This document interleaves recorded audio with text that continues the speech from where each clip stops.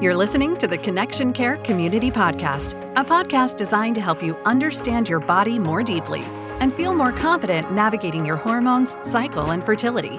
Each episode offers grounded, research-informed guidance and integrative tools to support hormone health, embodied awareness, and informed choice.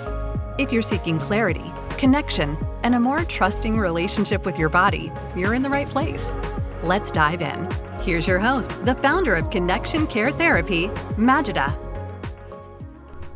Hello and welcome to the Connection Care Community Podcast. My name is Majida, and today we're chatting about the first habit to build if you're interested in learning how to sync your cycle. So if you're curious about cycle syncing and you've encountered some version of the same information on the internet, timing your workouts during your follicular phase, or front-loading your hardest work before ovulation, or protecting your luteal phase, resting during your period.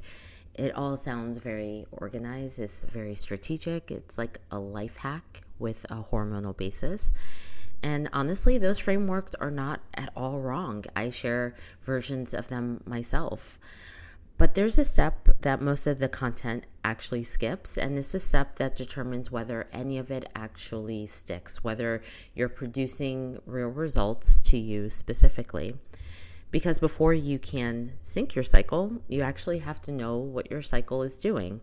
And that means tracking your cycle, not as a data project or as a wellness test to perfect, but as a genuine practice of learning your body's language. And this is where cyclical living actually begins, and everything else builds from there.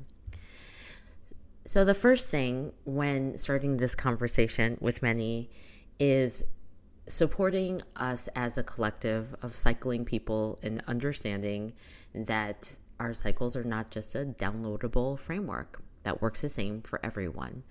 So we've all heard of the 28-day cycle, but it's interesting to note that you can have two people with the 28-day cycle and they can experience completely different hormonal patterns, symptom profiles, emotional rhythms, energy shifts. The follicular phase doesn't automatically mean high energy for everyone. Ovulation doesn't guarantee confidence or a social boost. The luteal phase isn't universally heavy or introspective for everyone, and menstruation for some can actually feel deeply restorative, and while others are feeling deeply depleted during their menstrual cycle. So generic device is a starting point. Right? It is literally just that. It's a framework. It is what we use to start the conversation, and it can orient you towards what's possible and what to look for, but it's not suitable for knowing your own patterns. When you track, you're not trying to match your experience to a template. You're building a map of your own terrain. And once you have that map, the general frameworks stop being prescriptions and start actually being useful reference points that you can apply and actually have some kind of discussion around your cycle, your specific cycle about. So what happens when you track your cycle consistently, right? Consistently over, let's say, a few cycles? You may start to notice that there is no book or no course that could have told you certain things because they are specific and they are unique to you. Maybe your energy starts to peak in the follicular phase later than what the general advice would suggest, or maybe your experience of anxiety is more predictable around when the ovulation is delayed. And once you start to see certain patterns, certain specific patterns, you begin to stop interpreting your anxiety as a sign that something is permanently wrong. You maybe start to connect your anxiety to your specific hormonal experience. Or maybe it's your sleep quality, or like for many, right? I've had this experience where sleep quality starts to drop around 3 days before your period, and you start to notice this is happening consistently every month. Knowing this may support you to start to schedule things differently around that window.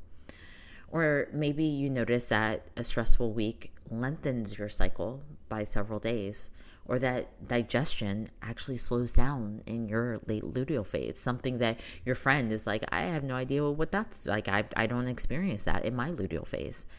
Or that what you've been calling random moodiness actually follows a hormonal pattern that's very consistent.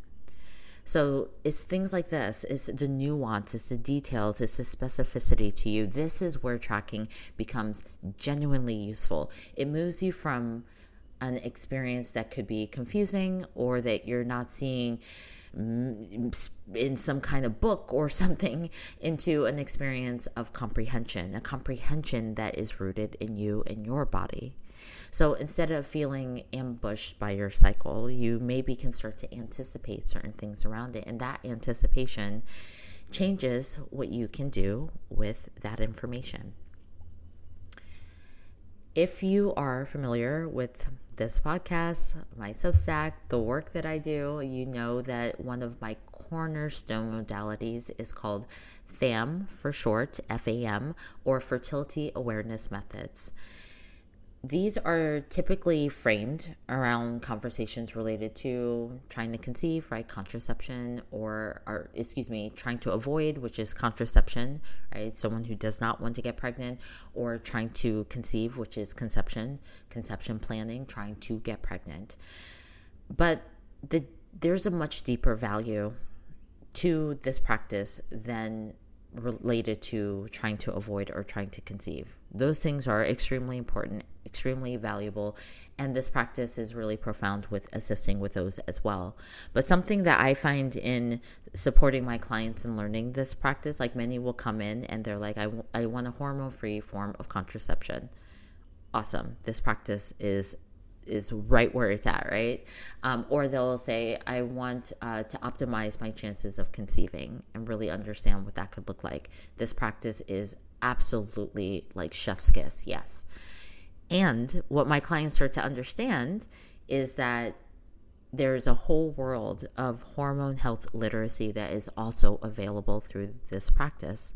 Because when we start to observe our biomarkers, these are biological markers, exactly what they sound like, right? Things that are related to our body that gives us understanding and clues and indications as to what is happening in our body. So it's two big ones that we measure in the FAM practice: basal body temperature and cervical fluid. When you start to measure these two things, we start to understand a whole world about how our endocrine system is communicating. That we start to realize that these are not only fertility signals, that they're actually a window into how our hormones are functioning. For example, basal body temperature, right, or BBT for short, it confirms ovulation has occurred when we're charting. Okay, that single data point, just that bit of information alone, can tell you an enormous amount about your hormone health.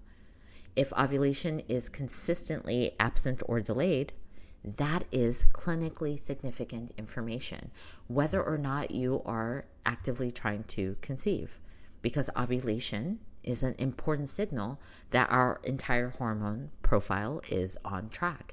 That information could otherwise go unnoticed for years if someone was not tracking. Cervical fluid, right? Let's talk about that for a bit. Cervical fluid over time can help us understand things like our estrogen patterns. Tracking cycle length over months can reveal things like how stress or illness or travel or significant life changes or conflict with our partners or family members or whatever, right? How these impact our rhythm. So then when you layer in, and I should also mention with cervical fluid, hydration, right? It could tell you a lot about hydration. It could tell you a lot about whether your body is nourished, okay? So when you layer on mood, energy, sleep, digestion, stress, connecting to the biomarkers of something like BBT, something like cervical fluid, the picture becomes so rich. You begin to see these correlations that belong specifically to you. And that's the difference between following generalized advice and developing a real sense of discernment about your own body. So a lot of people come into cycle awareness because after years and even sometimes decades of moving in the opposite direction, they start to want something different, right? Diet culture trains us to override hunger. Productivity culture rewards pushing through exhaustion, caffeinating ourselves through so that we can just like continue on being productive. Medical experiences can, for many, dismiss symptoms without much context or much investigation. You have those of us who have experienced hormonal contraception, hormonal birth control, could even mask our cycle patterns for years and years on end, sometimes long enough that returning to our own rhythm could seem really unfamiliar when it comes back. So the cumulative effect is that trusting our own signals can become genuinely difficult. It can become a situation where you stop being sure whether what you're feeling is real or significant or even worth paying attention to. And what I've seen tracking do is interrupt that pattern in a very specific way. It's observation without judgment. You're not about fixing anything. You're not about trying to optimize anything. You just get to notice. You just get to notice you. And over months of observation, something can start to shift. It's not uncommon for things to shift. You start to see that your body has these rhythms. We start to understand that certain stretches of, say, lower energy are just part of our cycle. It's not some kind of failure or weakness or something to push through, but transitional points that are natural to our physiology. We also start to notice when certain times in our cycle when emotional intensity might not be that random. It might be really patterned, and rest is beautifully timed with our needs physiologically. So without that foundation of trust, cycle syncing can become another set of rules to just follow, or something to feel guilty about, or something to push through. I talk about this in a podcast I have called When Cycle Syncing Becomes Just Another Excuse to Be Hard on Yourself, right? That's not what it's about. We're offered an opportunity when we're tracking our cycle to engage with something that's more intuitive, because we get to respond to our actual experience, our actual bodies, rather than some generalized external schedule. I'm going to clear my voice really quick. All right, sorry about that. So the most common mistake that I see when folks start to track their cycle is that they're oftentimes trying to do too many things at once, right? I see, which I get, right? I get, like, you want the color-coded spreadsheet, the 20 daily variables, the like nuanced detail of every single little possible thing. And that's beautiful. And if you can vibe like that, then do you, right? And I offer that in the beginning, simplicity can produce extraordinary results, right? Sometimes even far more useful than super drawn out, like intensive, what we would see as like comprehensive, very detailed, like everything being tracked. Because you'll actually do it, right? You'll actually do the simple thing.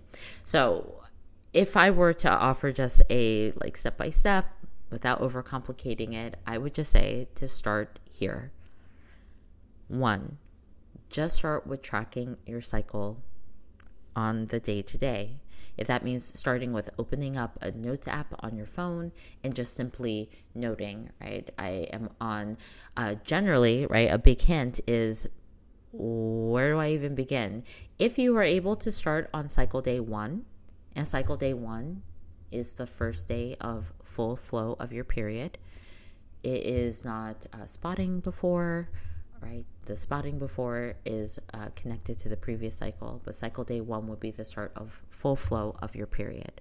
So on your cycle day 1, or if you know when cycle day 1 is and you know where you are right now, just start to have a notes going that says, how is my energy today, right? High, medium, low. Right? Jot down a few words about your overall emotional tone. If you want one physical marker to start to track on your own, choose one, right? I'm going to explore a BBT practice. You can go both on my website. I have a blog all on BBT. You just go to connectioncaretherapy.com and type in the search BBT, and you'll see a comprehensive blog on getting started with that. I also have Substacks, so you can also search Substack on the topic as well. Same thing with cervical fluid. I have blogs and Substacks on cervical fluid, right? Or even if you're not ready to start tracking biomarkers on your own, even just something like sleep quality is a big one, right? It's a big one. That's a solid foundation. Now, to be clear, it's not a solid foundation to use this practice as your means of contraception, right? Of trying to avoid. There are more details that you would need to learn for sure. However, it's a solid foundation to start to form a relationship with your cycle. And if you're wanting to do that, right, for 2 to 3 cycles, you may actually look back and notice some really clear patterns about yourself, about, let's say that you're tracking sleep, some very clear patterns about what is happening at different stages and phases of your cycle related to just that one point. So this is what I call, for those who may not be ready to jump right on in to full-on FAM, for example. This is the reflection phase. This is where you can start to gather data gently, and it becomes insight. And again, it's insight, not just data. That insight is what is going to allow you to make choices that actually align with your unique, specific physiology. Some essential pitfalls worth noting are, the patterns I see show up when people are just starting to explore this, right? Perfectionism, we miss one day and then we just completely invalidate. Consistency across months matter much more at this stage of just building a habit of connecting to your cycle. It matters much more than being precise daily. Right? Once you get into FAM for especially contraception, meaning trying to avoid, yes, we get into more details, and consistency at that point, to be very clear, non-negotiable, because you're using this practice as your means of birth control, right? However, at the exploration stage, allow yourself to remove perfectionism, also over tracking, right? Logging 20 variables, right?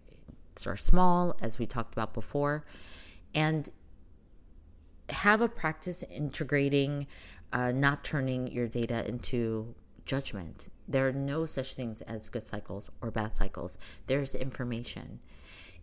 If your luteal phase is something that feels difficult, we are working to establish a relationship with ourselves where that does not become an internalized character flaw, that it's a pattern. It's a pattern we get to observe, we get to note, and then we get to have discernment and informed consent as to how we approach that, right? So tracking in and of itself is neutral, and that even that shift can be a really, really powerful shift in relationship to your body. And the last thing that I have seen is tracking without using what you learn. This one matters, and let me frame this up a bit. So if your data shows that your energy is reliably dropping in your late luteal phase, that information is only useful if you say, you know what, let me actually strive to protect that time, right? Or if your follicular phase brings mental clarity, then that's worth saying, let me do the best that I can to schedule around that. So the habit only changes things if the insight gets applied at some point. Why is this habit the foundation? I hope at this point in time, right? I'm looking through my notes as we're closing up today. I hope that at this point that you're seeing the cycle syncing when it works, it's responsive, and it's responsive to you. It fits itself into your actual patterns rather than prescribing a fixed schedule. And it's tracking your cycle, actually understanding the framework of your cycle that makes that possible. So without tracking your cycle syncing becomes someone else's framework, someone else's paradigm that is being overlaid on your body. With tracking your cycle, you're working with your own map, right? The one that reflects how stress affects your rhythm, the one that it speaks on how energy actually for your cycle navigates itself throughout the month within your own body. Right? What your body is actually asking for at different phases. And once you start to know these things, these adjustments to movement, to nutrition, to work demands, social commitments, it stops feeling theoretical. It becomes practical, it becomes specific, and it becomes based on what is actually true to you. So, to close out, if you want more support in building this habit in a more guided way, I have a bunch of free resources on my website. You can grab my ebook, Hormone Harmony. I love alliteration, right? Hormone Harmony. And that walks you through, it has journals, it has all kinds of cool stuff in there. And then in addition to that, you also get a bunch of other free educational resources. No commitment at all is required. You'll be on my email list, which I also share a bunch of fun stuff there. And then I will be launching my cycle connection course.